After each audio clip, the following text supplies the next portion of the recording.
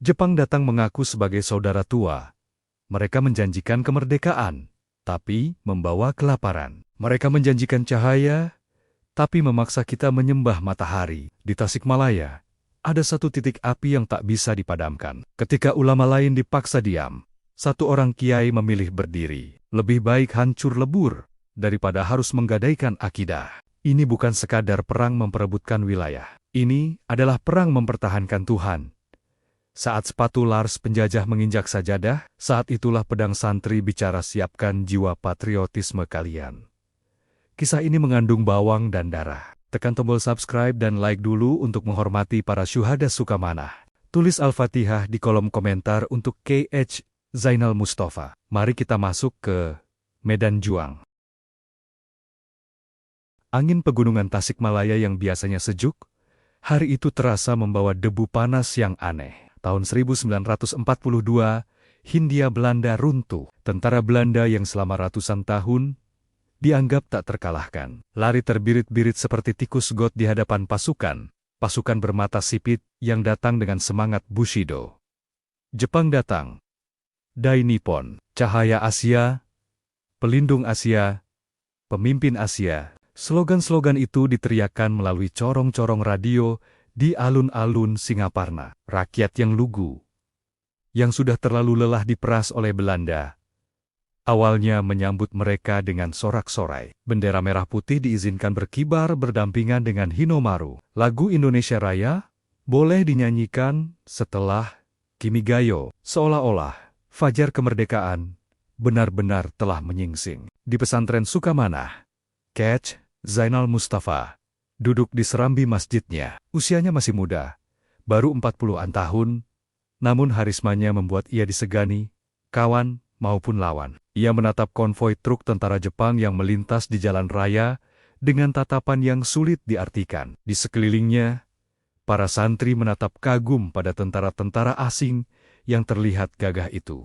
Lihat Kiai, ujar seorang santri senior bernama Najmuddin, mereka mengusir Belanda. Apakah ini pertanda doa kita dikabulkan? Apakah mereka benar-benar saudara tua kita? Zainal Mustafa tidak langsung menjawab. Ia memutar tasbih di tangannya. Matanya yang tajam, mata seorang waliullah yang memiliki firasat pandangan batin. Melihat sesuatu yang gelap di balik senyum ramah tentara-tentara itu. Jangan mudah terpesona, nak, jawab Kiai Zainal pelan namun tegas. Serigala bisa saja datang dengan bulu domba. Belanda adalah kafir yang memusuhi tanah air kita. Tapi orang-orang baru ini, aku mencium bau kesombongan yang lebih busuk. Kita lihat saja nanti. Firasat Kiai Zainal terbukti benar dalam waktu yang sangat singkat. Bulan madu itu usai lebih cepat dari umur jagung. Wajah asli Jepang mulai terkuak ketika kebijakan ekonomi perang diterapkan. Jepang sedang bertempur melawan sekutu di Pasifik. Dan mereka butuh logistik. Pulau Jawa dijadikan lumbung padi raksasa untuk memberi makan tentara mereka di garis depan. Keluarlah aturan yang mencekik leher, wajib serah padi. Petani-petani di Singaparna, yang hidupnya sudah pas-pasan, dipaksa menyerahkan sebagian besar hasil panen mereka kepada Kumiai Koperasi Pertanian buatan Jepang. Alasannya untuk kepentingan perang suci. Rakyat menjerit, lumbung-lumbung desa dikuras habis. Beras yang mereka tanam dengan keringat dan air mata diangkut truk-truk militer, sementara anak-anak petani itu sendiri mati kelaparan memakan bonggol pisang dan bekicot. Kiai Zainal Mustafa tidak bisa tinggal diam. Ia menyaksikan sendiri seorang janda tua di kampung sebelah yang menangis histeris karena satu-satunya karung beras miliknya dirampas paksa oleh Kanpeitai polisi militer Jepang. Janda itu bersimpuh di kaki tentara Jepang, memohon belas kasihan, tapi yang ia dapatkan adalah tendangan sepatu Lars di wajahnya. Darah mendidih di dada sang kiai. Malam itu, di mimbar pengajian yang biasanya sejuk, suara Kiai Zainal berubah menjadi guntur. Wahai santriku, wahai masyarakat Singaparna, serunya lantang, memecah kesunyian malam. Dulu kita membenci Belanda, karena mereka merampas tanah kita. Tapi Jepang ini lebih biadab. Mereka merampas nasi dari mulut anak yatim. Mereka mengaku saudara tua. Tapi kelakuan mereka seperti iblis yang kelaparan. Intel-intel Jepang yang menyusup di pengajian itu mencatat dengan cepat. Nama CH Zainal Mustafa mulai dilingkari dengan tinta merah di markas Kenpeitai, Tasikmalaya. Ia dianggap sebagai ulama berbahaya. Intimidasi mulai datang. Kiai Zainal sering dipanggil ke kantor Gunseibu pemerintah militer daerah. Awalnya dibujuk halus. "Tuan Kiai," kata seorang perwira Jepang dengan bahasa Indonesia yang patah-patah. "Tuan adalah tokoh berpengaruh. Bantulah kami. Suruh rakyat serahkan padi. Nanti tuan kami beri posisi di kantor urusan agama Shumubu di Jakarta. Tuan akan hidup enak." Zainal Mustafa menatap perwira itu dengan jijik.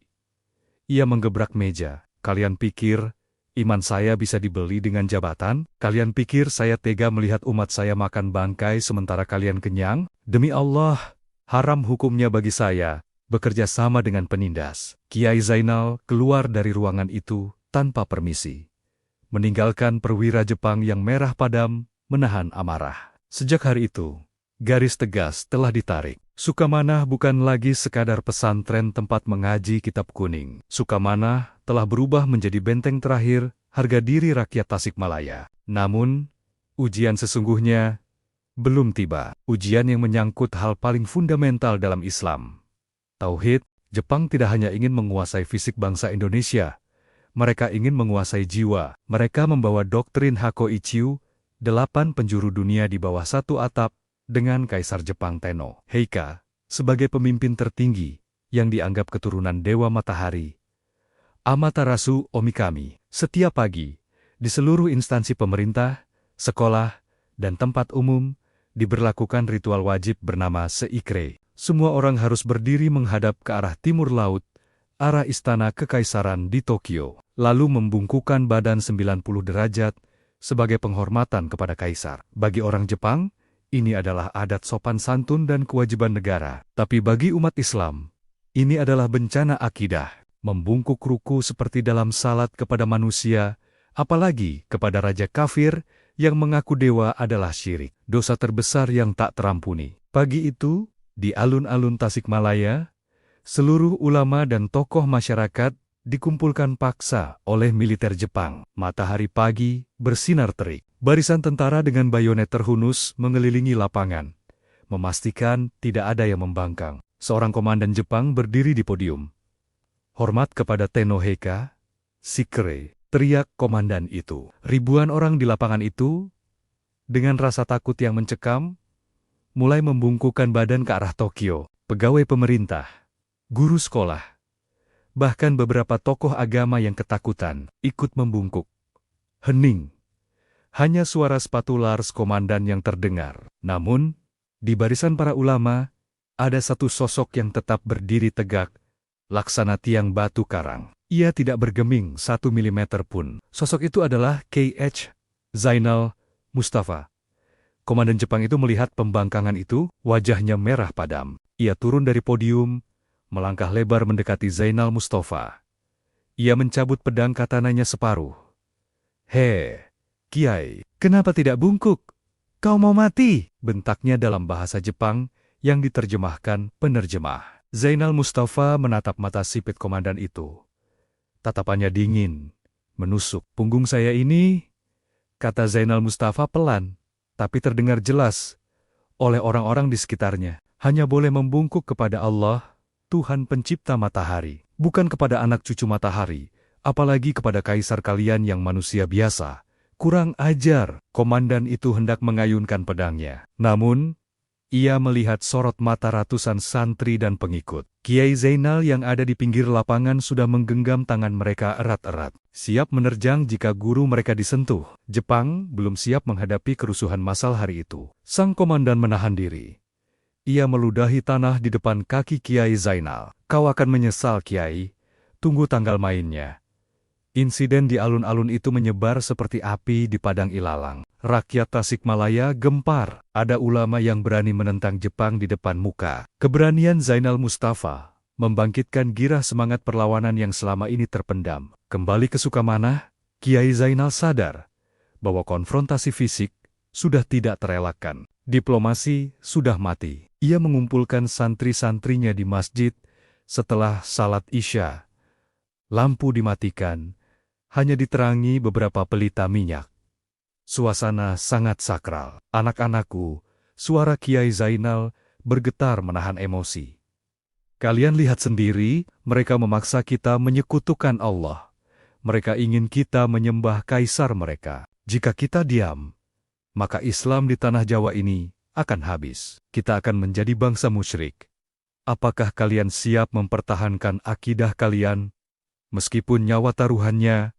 Siap, Kiai. Gemuruh jawaban ratusan santri menggema, menggetarkan tiang-tiang masjid. Mulai malam ini, kita tidak hanya mengaji kitab Safinatun Najah atau Jurumiyah. Mulai malam ini, kita akan mengaji ilmu silat. Kita siapkan bambu runcing.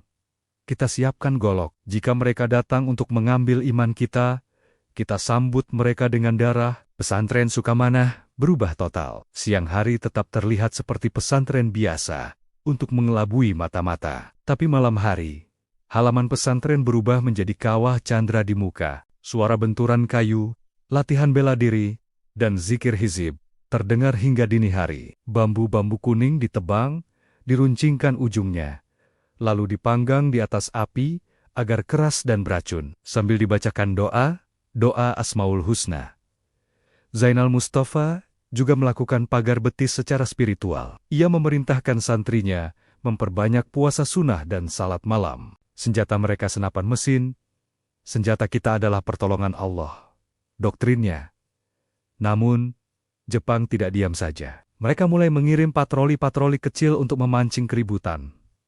Mereka mencari gara-gara, dan puncaknya terjadi pada suatu sore, di saat yang paling suci, yang membuat kesabaran Kiai Zainal dan para santri habis tak bersisa. Ketegangan antara pesantren Sukamanah dan otoritas Jepang di Tasikmalaya mencapai titik didih. Beberapa kali utusan Gunseibu datang membawa surat peringatan agar Kiai Zainal menyerah dan mau melakukan namun, surat-surat itu disobek di depan mata pengantarnya.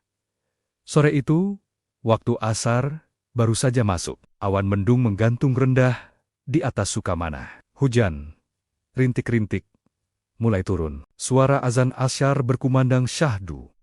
Dari menara masjid yang sederhana, santri-santri bergegas mengambil air wudhu dari kolam, membasuh wajah-wajah muda mereka dengan air pegunungan yang dingin. Kiai Zainal Mustafa sudah berdiri di mihrab, siap memimpin syalat berjamaah. Baru saja iqomah dikumandangkan dan barisan syaf diluruskan, terdengar deru mesin truk berhenti di depan gerbang pesantren. Suara teriakan kasar dalam bahasa Jepang dan bahasa Indonesia terdengar gaduh. "Mana Zainal Mustafa? Keluarkan dia!" teriak seorang petugas Kenpeitai polisi militer Jepang, didampingi beberapa polisi pribumi yang menjadi kacung Jepang. Para santri yang bertugas menjaga gerbang mencoba menghalangi. "Maaf Tuan, Pak Kiai sedang syalat." "Jangan ganggu, persetan dengan syalat." Panggilan Gunseikan gubernur militer lebih penting. Petugas Jepang itu mendorong santri penjaga hingga jatuh ke lumpur. Dengan langkah angkuh, tanpa melepas sepatu larsnya yang penuh lumpur kotor, tentara Jepang itu nekat masuk ke serambi masjid. Ia berjalan menuju pintu utama ruang salat. Di dalam, Kiai Zainal dan ratusan santri sedang khusyuk dalam rakaat pertama. Suara bacaan Al-Fatihah Kiai Zainal terdengar tenang. Kontras dengan kegaduhan di luar. Tentara Jepang itu mendobrak pintu masjid. "Zainal, berhenti!" teriaknya. Ia melihat Kiai Zainal sedang ruku, tanpa rasa hormat sedikit pun pada rumah Tuhan. Tentara itu melangkah masuk ke karpet suci, dengan sepatu larsnya yang najis. Jejak lumpur dan kotoran tercetak jelas di atas sajadah-sajadah bersih. Para santri yang sedang salat gemetar menahan amarah. Tapi mereka tidak boleh membatalkan salat sebelum imam memberi tanda. Tentara itu mendekati Kiai Zainal yang sedang sujud. "Bangun!" BUKK. Satu tendangan keras dari sepatu bot militer mendarat di tubuh Kiai Zainal yang sedang bersujud. Tubuh sang Kiai terhuyung, namun ia menahan diri agar tidak batal. Sorban putihnya terlepas sedikit. Penghinaan itu sudah melampaui batas kemanusiaan. Selesai salam, Kiai Zainal tidak berzikir panjang seperti biasanya. Ia langsung berdiri dan berbalik badan. Wajahnya merah padam, urat-urat lehernya menonjol. Di matanya, Tidak ada lagi sorot mata guru yang lembut. Yang ada adalah sorot mata harimau yang terluka. Allahu Akbar, teriak Kiai Zainal. Tanpa komando, ratusan santri yang menyaksikan guru mereka ditendang saat menyembah Tuhan, langsung meledak amarahnya. Zikir mereka berubah menjadi teriakan perang. Serbu, santri-santri menyergap tentara Jepang itu. Tidak ada senjata api di tangan santri, hanya tangan kosong dan keberanian. Tentara Jepang yang sombong itu dikeroyok, senapan laras panjangnya dirampas. Tubuhnya dilempar keluar dari masjid, seperti karung sampah.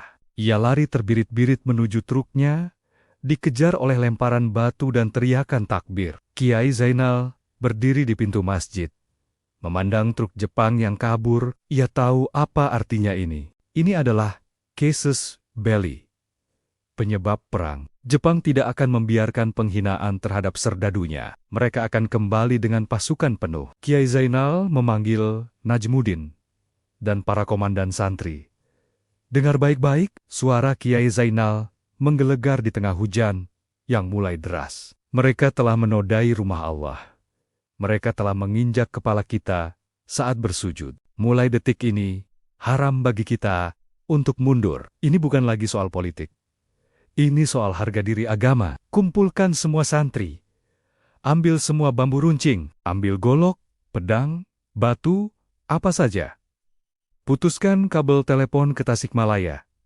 Kita sabata sejalanan. Kita sambut mereka besok atau lusa dengan perang puputan. Malam itu, Sukamanah tidak tidur. Para santri, yang sebagian masih remaja belasan tahun, menulis surat wasiat untuk orang tua mereka. Mereka berwudu, memakai wewangian, dan memakai pakaian putih-putih. Mereka siap menjemput syahid. Sementara itu, di markas besar militer Jepang di Tasikmalaya, telepon berdering panik melaporkan pemberontakan. Komandan Jepang memerintahkan 1 batalion pasukan bersenjata, lengkap dengan senapan mesin berat, untuk mengepung Sukamanah. Malam itu, langit di atas Singaparna gelap gulita tanpa bintang, seolah alam semesta tahu akan ada tragedi besar yang menanti. Di pesantren Sukamanah, kesibukan bukan terjadi di ruang mengaji, melainkan di dapur umum dan gudang senjata darurat. Para santriwati-santri perempuan sibuk menanak nasi dalam jumlah besar, membungkusnya dengan daun pisang. Itu adalah bekal terakhir, mungkin sahur terakhir, atau makan malam terakhir bagi saudara-saudara lelaki mereka yang akan menyongsong maut. K.H. Zainal Mustafa tidak duduk diam di dalam rumah. Ia memimpin rapat strategi dengan para komandan regu yang terdiri dari santri-santri senior dan jawara-jawara silat lokal yang telah berbaiat padanya. Peta sederhana digelar di atas tikar pandan. Jepang pasti akan mengirim pasukan besok, kata Kiai Zainal dengan suara tenang, namun berbobot. Matanya menelusuri garis jalan di peta. Mereka punya truk, punya telepon, punya senapan mesin, kita hanya punya bambu, golok, dan batu istilah sandi untuk granat rampasan atau bom molotov sederhana. Najmuddin, panggil Kiai Zainal. Siap Kiai, bawa regumu. Putuskan jalur komunikasi mereka. Potong kabel telepon yang menghubungkan Singaparna dengan markas besar di Tasikmalaya. Tebang pohon-pohon besar, lintangkan di jalan raya agar truk mereka terhambat. Buat mereka bingung dan marah sebelum sampai ke sini. Malam itu juga, pasukan hantu santri bergerak. Tanpa alas kaki, agar tidak menimbulkan suara, mereka menyusup ke jalan raya. Dengan golok tajam, mereka memanjat tiang telepon. Krek, kabel hitam tebal itu putus. Satu persatu, jalur komunikasi Jepang lumpuh. Di jalan-jalan sempit menuju Sukamanah, batang-batang pohon sengon dan kelapa ditumbangkan. Jembatan-jembatan kecil dirusak ala kadarnya. Sementara itu, pihak Jepang yang sudah kehilangan kesabaran mencoba taktik licik sebelum mengerahkan kekuatan penuh. Mereka mengirim utusan negosiasi palsu. 4 orang perwira Jepang berpakaian preman, didampingi beberapa polisi pribumi yang pro-Jepang, datang mengendarai sedan hitam. Tujuan mereka adalah menangkap Kiai Zainal secara diam-diam dengan kedok musyawarah. Namun, Sukamanah sudah siaga 1. Ketika mobil itu mendekati gerbang pesantren, puluhan santri bersenjata bambu runcing langsung mengepung. Wajah-wajah muda itu tidak menunjukkan rasa takut sedikit pun. Berhenti, siapa kalian? bentak komandan jaga. Kami, utusan Gunseikan. Kami ingin bicara baik-baik dengan Tuan Kiai. Jawab salah satu perwira Jepang dengan nada angkuh yang dibuat-buat ramah. Bohong, teriak santri. Kalian membawa pistol di balik jas kalian. Para perwira Jepang itu panik. Mereka mencoba mencabut senjata, namun terlambat. Santri-santri yang sudah terlatih silat Cimanda itu lebih cepat. Dalam sekejap, keempat perwira Jepang itu diringkus. Senjata mereka dirampas. Mobil mereka disita. Mereka digiring ke hadapan Kiai Zainal Mustafa. Kiai Zainal menatap tawanan-tawanan itu. Tidak ada penyiksaan. Kiai Zainal melarang menyiksa tawanan yang sudah tidak berdaya. Kalian datang untuk menipu, kata Kiai Zainal datar. Kalian pikir kami bodoh? Kalian ingin menangkap saya saat lengah. Sampaikan pada atasan kalian. Zainal Mustafa tidak akan lari. Saya menunggu di sini. Bawa semua pasukan kalian. Kita selesaikan urusan ini secara jantan. Para perwira Jepang itu dikurung di salah satu gudang padi kosong. Penangkapan dan penyanderaan perwira Jepang ini adalah tindakan yang sangat berani, bahkan nekat dalam sejarah pendudukan Jepang. Belum pernah ada kelompok sipil yang berani menahan perwira Dai Nippon. Berita tentang penyanderaan ini, meski saluran telepon putus, kabar berantai lewat kurir, tetap sampai membuat komandan militer Jepang di Tasikmalaya murka bukan main. Kurang ajar! Tikus-tikus kampung ini menantang naga, teriak sang komandan sambil membanting gagang telepon yang mati. Siapkan batalion, siapkan truk, bawa senapan mesin berat Yuki. Besok pagi, kita ratakan Sukamanah dengan tanah. Jangan sisakan satupun pemberontak hidup. Perintahnya bengis. Di Sukamanah, Kiai Zainal tahu waktu mereka tinggal sedikit. Ia memerintahkan semua santri untuk melakukan syalat tobat dan salat hajat. Malam itu, suara zikir hasbunallah wa ni'mal wakil menggema, bersahutan dengan suara jangkrik dan gemuruh petir di kejauhan. Mereka sedang mempersiapkan jiwa untuk perjalanan satu arah, menuju ilahi. Hari itu adalah hari Jumat. Dalam kalender Jawa, itu adalah Jumat Kliwon. Hari yang dianggap keramat. Sejak subuh, suasana di Sukamanah terasa berbeda. Kabut tebal menyelimuti desa, membuat jarak pandang terbatas. Udara dingin menusuk tulang. Namun keringat dingin bercucuran di dahi para santri. Setelah salat subuh berjamaah, Kiai Zainal Mustafa memberikan khotbah terakhirnya. Ia mengenakan jubah putih bersih dan sorban hijau. Di pinggangnya terselip pedang warisan leluhur. Anak-anakku. Suara Kiai Zainal serak, namun penuh tenaga. Ia memandang wajah-wajah santrinya satu persatu. Ada yang masih berusia 12 tahun. Ada yang sudah beruban. Semua menatapnya dengan cinta dan kepatuhan total. Hari ini adalah hari pembuktian. Selama ini lisan kita mengucapkan la ilaha illallah. Hari ini darah kita yang akan bersaksi untuk kalimat itu. Jika kalian mendengar suara tembakan, jangan takut. Anggaplah itu suara petasan pengantin yang menyambut kalian di pintu surga. Jangan lari. Haram hukumnya lari dari medan perang Tawali Yauma Az-Zaf. Maju terus sampai nafas terakhir. Sekitar pukul 9 pagi, getaran tanah mulai terasa. Suara deru mesin truk yang berat memecah keheningan desa. Burung-burung terbang ketakutan dari dahan pohon. Pasukan Jepang datang, bukan satu atau dua truk, tapi konvoi panjang. Pasukan gabungan yang terdiri dari tentara Jepang asli Kenpeitai, polisi istimewa Tokubetsu, Keisatsu Tai, dan pasukan bantuan pribumi yang dipaksa ikut. Mereka bersenjata lengkap, senapan Arisaka laras panjang, pistol nambu, granat tangan, dan yang paling mengerikan, senapan mesin berat yang dipasang di atas truk dan tripod. Pasukan Jepang mengepung pesantren Sukamanah dari berbagai penjuru.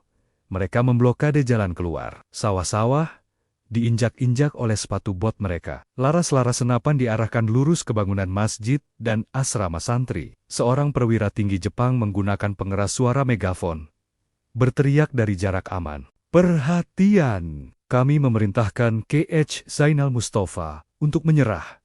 Keluar dengan tangan di atas. Jika tidak, kami akan tembak. Hening.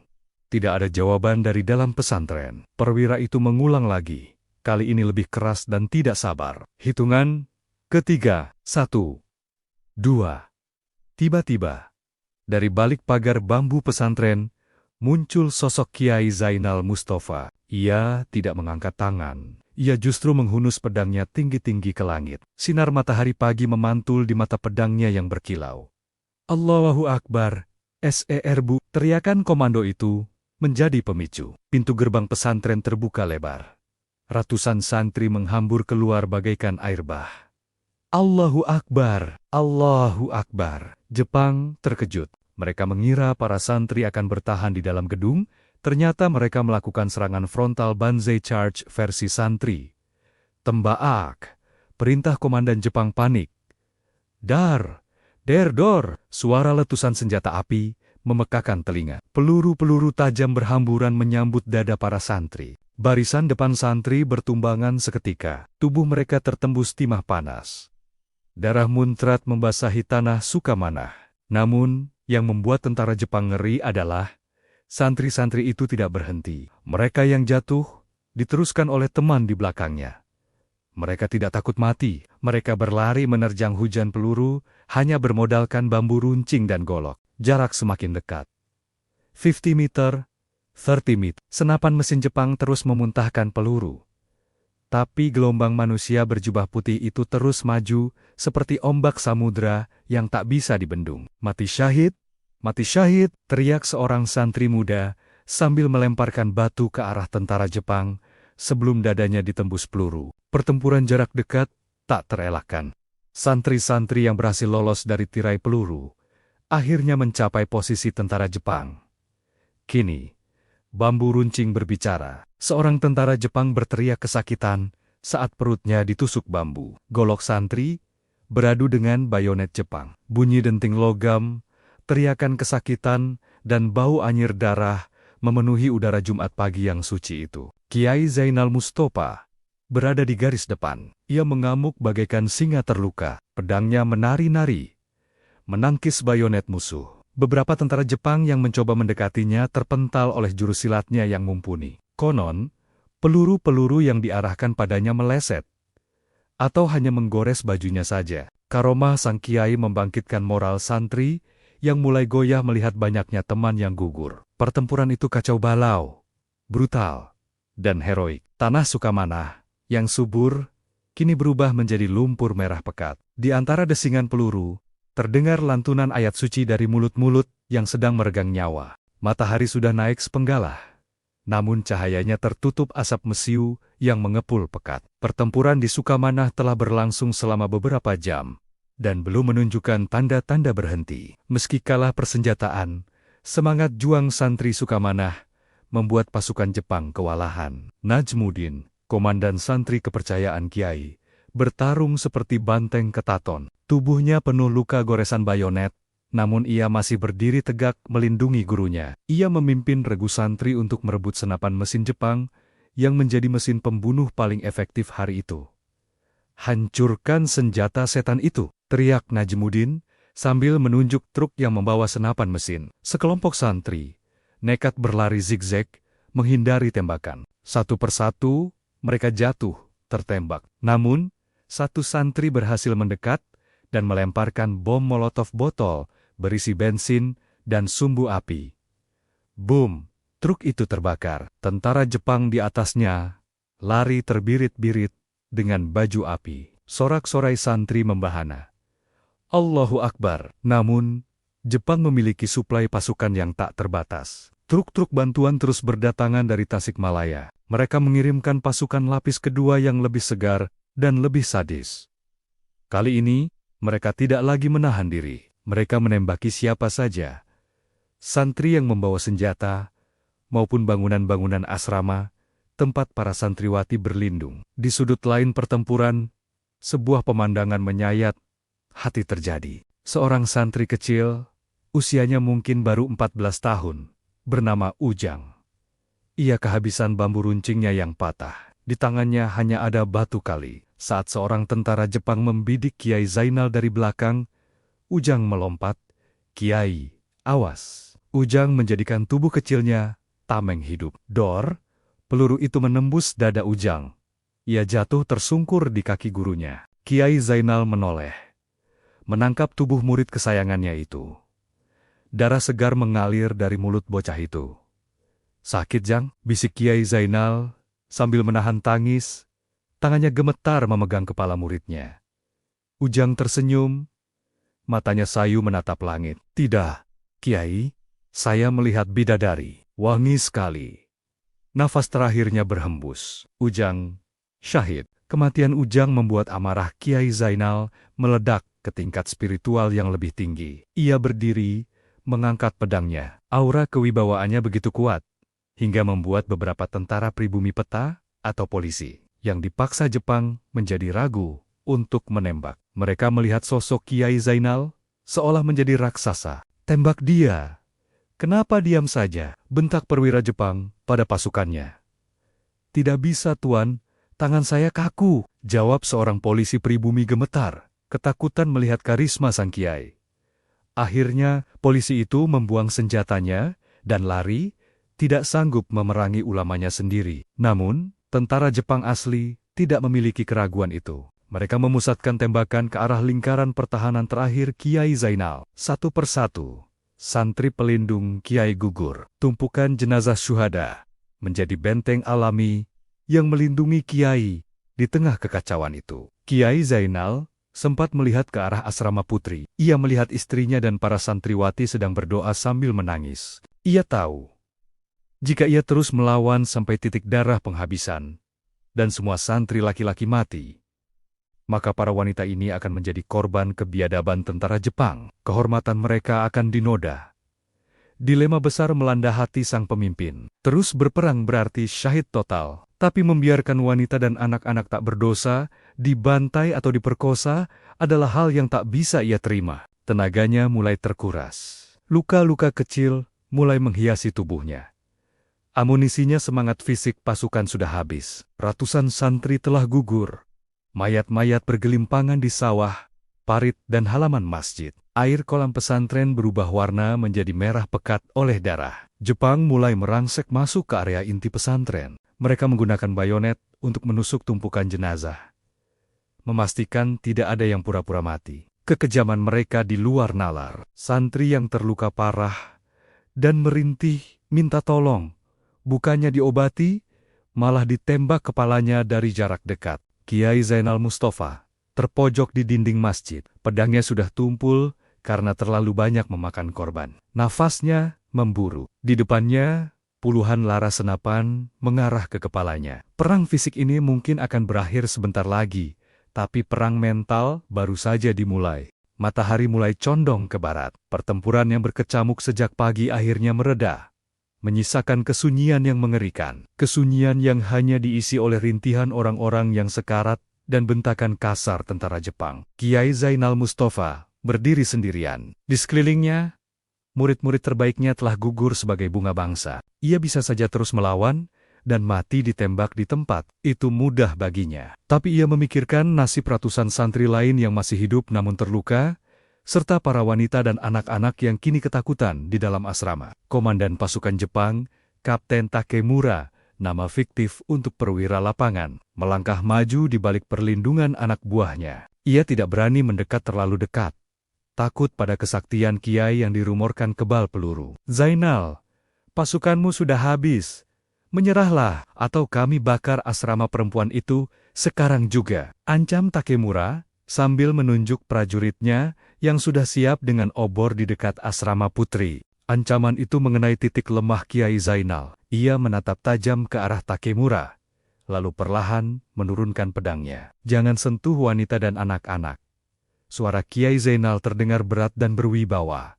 "Meski dalam posisi terkepung, jika kalian sentuh mereka seujung kuku saja, demi Allah, arwah kami akan menghantui kalian sampai ke neraka. Saya akan ikut kalian. Tapi lepaskan santri-santri yang tersisa." Kapten Takemura tersenyum licik. "Bagus, tangkap dia." Beberapa tentara Jepang maju dengan ragu-ragu, lalu menyergap Kiai Zainal. Tangan sang kiai diikat kasar dengan tali tambang ke belakang punggung. Pedangnya dirampas sebagai trofi perang. Melihat gurunya ditangkap, beberapa santri yang terluka mencoba bangkit untuk melawan lagi. "Jangan," perintah Kiai Zainal, "biarkan aku yang menanggung ini." kalian hiduplah. Saksikan kekejaman ini, dan ceritakan pada dunia nanti. Kiai Zainal Mustafa diseret menuju truk militer. Saat ia berjalan melewati barisan mayat santri-santrinya, ia menundukkan kepala. Bibirnya tak henti membacakan doa. Hatinya hancur berkeping-keping melihat tubuh-tubuh kaku itu. Merekalah anak-anak rohaninya. Merekalah pahlawan sejati. Namun, janji Jepang adalah janji penipu. Setelah Kiai Zainal diamankan di atas truk, Kapten Takemura tidak melepaskan santri yang tersisa. Angkut semua yang masih hidup.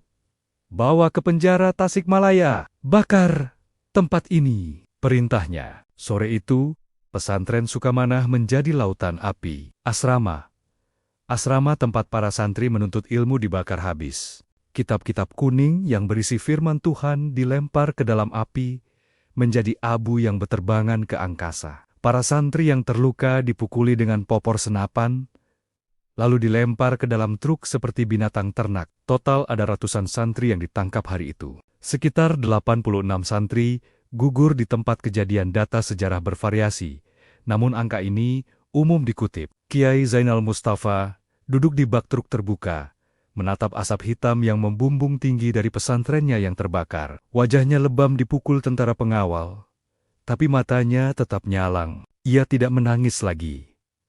Air matanya sudah kering. Di dalam hatinya, ia berjanji, perjuanganku belum selesai. Ini baru babak pertama. Truk konvoi itu bergerak meninggalkan Singaparna menuju Tasikmalaya. Di sepanjang jalan, rakyat yang melihat konvoi itu hanya bisa menunduk dan menangis diam-diam. Mereka melihat pemimpin harapan mereka dibawa pergi oleh penjajah. Kiai Zainal dibawa ke penjara Tasikmalaya. Di sana, ia dimasukkan ke dalam sel isolasi yang sempit, gelap, dan pengap. Tidak ada cahaya matahari. Tidak ada alas tidur, hanya lantai batu yang dingin. Inilah awal dari Via Dolorosa, jalan penderitaan sang kiai. Ia akan dipindah dari satu penjara ke penjara lain Tasikmalaya, lalu Sukamiskin Bandung, lalu Cipinang, Jakarta. Di setiap penjara, siksaan demi siksaan menantinya. Jepang ingin mematahkan mentalnya. Mereka ingin Kiai Zainal mengaku bersalah dan meminta ampun kepada Kaisar. Namun, mereka lupa satu hal. Tubuh Zainal Mustafa bisa mereka hancurkan, tapi jiwanya adalah baja yang telah ditempa oleh ayat-ayat Quran. Malam pertama di penjara Tasikmalaya, dalam kegelapan total, Kiai Zainal bersandar di dinding sel yang lembab. Tubuhnya sakit luar biasa. Tulang rusuknya mungkin retak akibat pukulan. Tapi ia tersenyum. Ya Allah, hamba sudah tunaikan janji hamba. Hamba sudah melawan. Terimalah darah murid-murid hamba sebagai saksi di akhirat nanti. Perang senjata telah usai, kini dimulailah perang penyiksaan yang jauh lebih mengerikan. Setelah pertempuran berdarah di Jumat Kliwon, K.H. Zainal Mustafa dan ratusan santrinya yang tertangkap tidak langsung mendapatkan kedamaian kematian. Mereka justru dilemparkan ke dalam neraka dunia yang diciptakan oleh fasisme Jepang. Awalnya mereka ditahan di penjara Tasikmalaya. Sel-sel di sana penuh sesak. Satu ruangan kecil yang seharusnya untuk 5 orang, dipaksa diisi oleh 20 santri. Mereka harus tidur berdiri atau bergantian jongkok. Udara di dalam sel busuk, bercampur bau keringat, darah yang mengering, dan kotoran manusia. Namun, Jepang merasa Tasikmalaya terlalu dekat dengan basis pendukung Kiai Zainal. Mereka takut akan ada serangan balasan untuk membebaskan sang kiai. Maka, dipindahkanlah para tahanan VVIP ini ke penjara Sukamiskin di Bandung. Sebuah benteng penjara peninggalan Belanda yang terkenal angker dan ketat. Di Sukamiskin inilah penyiksaan sistematis dimulai. Setiap pagi, bukan sarapan yang mereka dapat, melainkan pukulan rotan dan tendangan sepatu lars. Kempaitai polisi militer Jepang memiliki metode interogasi yang sadis. Mereka ingin tahu siapa saja jaringan bawah tanah Kiai Zainal. Apakah ada hubungan dengan tokoh nasionalis di Jakarta? Kiai Zainal Mustafa selalu dipisahkan dari santrinya sel isolasi. Namun jeritan kesakitan murid-muridnya bisa ia dengar setiap malam. Itu adalah siksaan batin yang lebih pedih daripada siksaan fisik. Suatu hari, Kiai Zainal diseret ke ruang interogasi. Tubuhnya sudah kurus kering, tulang rusuknya menonjol, Wajahnya penuh lebam, namun sorot matanya masih tajam laksana elang. Seorang interrogator Jepang bernama Letnan Maruyama, nama samaran,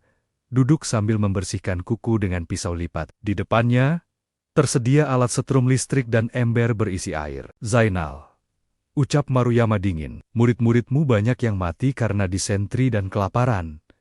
Kau keras kepala. Kalau kau mau tanda tangan surat ini, surat pernyataan bahwa kau salah dan bersedia menyembah Tenno Heika, aku akan kasih makan murid-muridmu. Aku akan bawa dokter." Itu adalah tawaran iblis. Kiai Zainal terdiam. Ia membayangkan wajah-wajah santrinya yang pucat dan sekarat. Hatinya teriris, namun ia tahu, jika ia tanda tangan, itu berarti ia menggadaikan akidah. Itu berarti perjuangan mereka sia-sia. "Tuan Maruyama," jawab Kiai Zainal dengan suara parau tapi tegas, "nyawa murid-murid saya ada di tangan Allah, bukan di tanganmu. Jika mereka mati, mereka syahid. Tapi jika saya tanda tangan kertas laknat itu, saya membunuh jiwa mereka selamanya." "Baka, bodoh." Maruyama murka. Ia memerintahkan anak buahnya melakukan waterboarding. Wajah Kiai Zainal ditutup kain, lalu disiram air terus-menerus hingga ia tersedak dan merasa seperti tenggelam. Nafasnya putus-putus. Paru-parunya terasa mau meledak. Setelah itu, mereka menyetrum jari-jari kakinya. Tubuh tua sang kiai mengejang hebat. Rasa sakitnya menembus hingga ke sumsum tulang. Namun, setiap kali kesadaran Kiai Zainal hampir hilang, mulutnya hanya menggumamkan satu kata, "Allah, Allah, Allah." Keteguhan ini membuat para penjaga penjara ketakutan. Mereka merasa sedang menyiksa, bukan manusia biasa. Di sel lain, kondisi para santri semakin mengenaskan. Kurangnya makanan dan sanitasi yang buruk membuat wabah penyakit kulit dan disentri merajalela. Tanpa obat, mereka mati satu persatu. Setiap kali ada santri yang meninggal, tidak ada upacara pemakaman yang layak. Mayat mereka hanya dibungkus tikar butut dan dikubur massal di halaman belakang penjara, atau dibuang begitu saja. Najmuddin, santri senior yang juga ditahan di sana, mencoba menguatkan teman-temannya yang putus asa. "Jangan menyerah, Kang. Lihat Pak Kiai, beliau disiksa lebih parah dari kita. Tapi beliau tidak pernah mengeluh. Kita harus kuat," bisiknya di tengah kegelapan malam. Dari 600-an santri yang ditahan, hampir separuhnya meninggal di dalam penjara akibat penyiksaan dan penyakit. Sukamiskin menjadi ladang pembantaian sunyi. Namun, meski tubuh mereka hancur, Jepang gagal total mendapatkan pengakuan bersalah dari Kiai Zainal. Sang macan Tasikmalaya tetap mengaum dalam diam karena gagal mematahkan semangatnya. Jepang akhirnya mengambil keputusan terakhir, hukuman mati. Kiai Zainal dan beberapa santri inti dipindahkan lagi, kali ini ke Jakarta, ke penjara Cipinang, tempat transit terakhir sebelum menuju alam baka. Jakarta, Oktober tahun 1944, situasi Perang Pasifik semakin mendesak Jepang. Sekutu mulai mendekat. Kepanikan melanda para petinggi militer Jepang. Mereka ingin membersihkan semua duri dalam daging sebelum sekutu mendarat. Kasus KH Zainal Mustafa harus segera diselesaikan. Kiai Zainal dan 17 orang santri terdekatnya dihadapkan ke pengadilan militer kilat Kunseiriku Humu Isik. Sidang itu hanyalah sandiwara. Tidak ada pengacara pembela. Tidak ada saksi yang meringankan. Hakim militer Jepang hanya membacakan tuduhan panjang lebar dalam bahasa yang tidak dimengerti terdakwa, lalu mengetuk palu. Vonisnya tunggal, hukuman mati. Kiai Zainal mendengarkan vonis itu dengan tenang. Tidak ada raut ketakutan di wajahnya. Ia justru tersenyum tipis. "Alhamdulillah," bisiknya. "Akhirnya, aku akan pulang." Hari eksekusi ditetapkan 25 Oktober 1944 untuk mencegah pemberontakan. Rakyat atau pengkultusan makam. Jepang memutuskan eksekusi dilakukan secara sangat rahasia. Tidak boleh ada yang tahu di mana lokasi eksekusi dan di mana jenazah dikuburkan. Malam sebelum eksekusi, di sel Cipinang, Kiai Zainal memimpin salat berjamaah terakhir bersama 17 murid setianya. Suara mereka melantunkan ayat suci terdengar begitu syahdu, membuat para penjaga penjara merinding. Mereka seolah sedang mengadakan pesta perpisahan. bukan menanti kematian. Mereka saling berpelukan, saling memaafkan. Besok kita sarapan di surga bersama Rasulullah, kata Kiai Zainal menguatkan hati murid-muridnya. Dini hari, sebuah truk militer tertutup kanvas menjemput mereka. Tangan mereka diikat ke belakang, mata mereka ditutup kain hitam. Truk itu melaju membelah jalanan Jakarta yang sepi, menuju ke arah utara. Menuju daerah rawa-rawa, sepi di tepi pantai yang bernama Ancol. Saat itu masih berupa hutan bakau dan rawa liar, dikenal dengan sebutan Erekveld, atau padang kehormatan bagi Belanda, tapi tempat pembantaian bagi Jepang. Truk berhenti di sebuah tanah lapang berpasir. Debur ombak Teluk Jakarta terdengar sayup-sayup. Angin laut bertiup kencang, membawa aroma garam. Para tawanan diturunkan. Mereka disuruh berbaris di tepi lubang besar yang sudah digali sebelumnya. Seorang algojo Jepang hendak menutup mata Kiai Zainal dengan kain hitam lagi. "Jangan!" tolak Kiai Zainal tegas. "Jangan tutup mata saya. Saya ingin melihat peluru yang mengantar saya bertemu kekasih saya." Permintaan itu dikabulkan. Kiai Zainal berdiri tegak. Jubahnya yang lusuh berkibar ditiup angin laut. Di sampingnya, Najmuddin dan santri-santri lain juga berdiri gagah. Di depan mereka, satu regu tembak dengan senapan laras panjang sudah membidik. "Bersiap!" teriak komandan regu. Kiai Zainal mengangkat wajahnya ke langit. Fajar mulai menyingsing di ufuk timur. "Saksikanlah ya Allah, kami telah tunjukkan bukti cinta kami padamu." Bidik, Kiai Zainal berteriak sekuat tenaga. "Allahu Akbar! Merdeka! Tembak! Dor! Dor! Dor! Dor!" Gema letusan senjata memecah kesunyian pagi di Ancol. Tubuh-tubuh suci itu terhentak ke belakang, lalu jatuh ke dalam lubang yang menganga. Burung-burung laut terbang kaget. Darah para syuhada tumpah membasahi pasir Jakarta. Jepang buru-buru menimbun lubang itu dengan tanah. Mereka meratakannya, menanam semak belukar di atasnya agar tidak ada jejak. Lokasi itu dirahasiakan serapat mungkin. Dokumen eksekusi dibakar atau disembunyikan. Dunia luar tidak tahu apa yang terjadi. Keluarga di Tasikmalaya hanya tahu Kiai Zainal hilang. Ada rumor beliau dipindah ke Nusa Kambangan. Ada rumor dibuang ke Digul. Selama hampir 30 tahun, makam Sang Macan Tasikmalaya menjadi misteri. Ia hilang di telan bumi. Namun, keharuman namanya tidak pernah hilang dari ingatan rakyat Jawa Barat. Ia menjadi legenda, menjadi cerita pengantar tidur tentang keberanian melawan raksasa. Tahun berganti, zaman berubah. Indonesia telah merdeka. Jepang telah pergi. Orde lama berganti orde baru. Namun, ada satu janji yang belum lunas, di mana jasad K.H. Zainal Mustafa, keluarga dan santri yang selamat tidak pernah lelah mencari. Mereka menyurati pemerintah, mencari dokumen arsip Belanda dan Jepang. Rasa rindu dan ketidakpastian itu menyiksa batin mereka selama puluhan tahun. Titik terang akhirnya muncul pada tahun ke-1973, seorang peneliti sejarah dan tim dari militer Kodam Siliwangi, dipimpin oleh Kolonel Syarif Hidayat, berhasil melacak dokumen rahasia Jepang dan kesaksian mantan algojo yang masih hidup. Petunjuk mengarah ke sebuah area sepi di Ancol, Jakarta Utara, tempat yang saat itu mulai direncanakan menjadi Taman Rekreasi, Taman Impian Jaya Ancol. Tim penggalian bekerja dengan hati-hati. Area yang ditunjuk kini sudah tertutup ilalang tinggi dan rawa-rawa. Suasananya mencekam. Banyak cerita mistis beredar di kalangan pekerja proyek Ancol tentang suara-suara zikir di malam hari di area tersebut. Pada tanggal 25 Agustus tahun 1973, cangkul para penggali membentur sesuatu yang keras. Tulang. Mereka terus menggali. Ditemukanlah kerangka-kerangka manusia yang terkubur massal. Ada satu kerangka yang posisinya terpisah sedikit, dengan ciri-ciri gigi yang dikenali oleh keluarga. Di dekatnya, ditemukan sisa-sisa tasbih yang tidak hancur dimakan tanah. Tangis pecah di lokasi penggalian. Kolonel Syarif Hidayat dan timnya bersujud syukur.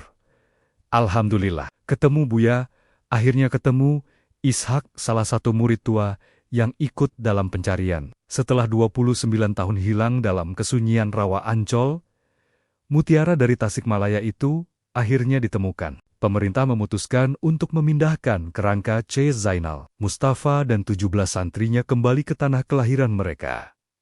Sukamanah, Tasikmalaya. Prosesi pemindahan jenazah itu menjadi peristiwa nasional yang mengharukan. Ribuan orang berjejer di sepanjang jalan dari Jakarta menuju Tasikmalaya. Mereka melempar bunga, melambaikan bendera merah putih, dan menangis. Mobil jenazah yang membawa peti kecil berisi tulang belulang sang pahlawan bergerak pelan memasuki gerbang pesantren Sukamanah, gerbang yang dulu menjadi saksi pertempuran Jumat Kliwon. Santri-santri generasi baru menyambut kakek mereka dengan salawat badar.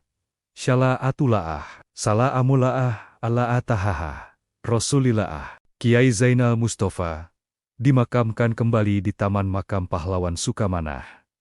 Di tanah yang dulu ia pertahankan dengan darah, kini ia bisa beristirahat dengan tenang, dikelilingi oleh lantunan ayat suci Al-Quran yang dibacakan santri-santrinya setiap hari. Pemerintah Indonesia menganugerahinya gelar pahlawan nasional pada tahun 1972. SK Presiden nomor 064 TK 1972. Bahkan, sebelum makamnya ditemukan, sebagai pengakuan atas dampak perjuangannya yang luar biasa, pesantren Sukamanah kini berdiri megah. Bangunan-bangunan modern menggantikan asrama bambu yang dulu dibakar Jepang. Ribuan santri dengan sarung dan peci berjalan hilir mudik menuntut ilmu. Di tengah kompleks pesantren, ada sebuah makam yang selalu ramai peziarah. Di pusaranya tertulis nama indah, K.H. Zainal Mustafa. Seorang santri kecil sedang duduk di depan makam itu, membaca surat Yasin. Suara narator masuk, lembut namun bertenaga. Narator, Jepang bisa membunuh tubuhnya. Jepang bisa membakar pesantrennya. Jepang bisa menyembunyikan kuburannya selama 30 tahun. Tapi Jepang tidak pernah bisa membunuh semangatnya. Keberanian K.H. Zainal Mustafa mengajarkan kita satu hal, bahwa rasa takut hanya milik setan, sedangkan keberanian milik hamba Allah. Ketika agama dinista, ketika kemanusiaan diinjak, diam adalah pengkhianatan. Di bawah tanah Sukamanah ini, terbaring tulang belulang yang dulu pernah menendang balik kesombongan penjajah. Ia adalah bukti bahwa santri bukan hanya pandai mengaji, tapi juga garda terdepan penjaga negeri merinding. Sebuah kisah yang mengajarkan kita harga mahal sebuah kemerdekaan. Jangan biarkan sejarah ini berhenti di Anda. Bagikan video ini agar anak cucu kita tahu mereka punya kakek moyang seberani singa. Jika Anda mencintai ulama dan NKRI, tekan tombol like dan subscribe. Sampai jumpa di kisah sejarah Islam Nusantara berikutnya. Wassalamualaikum warahmatullahi wabarakatuh.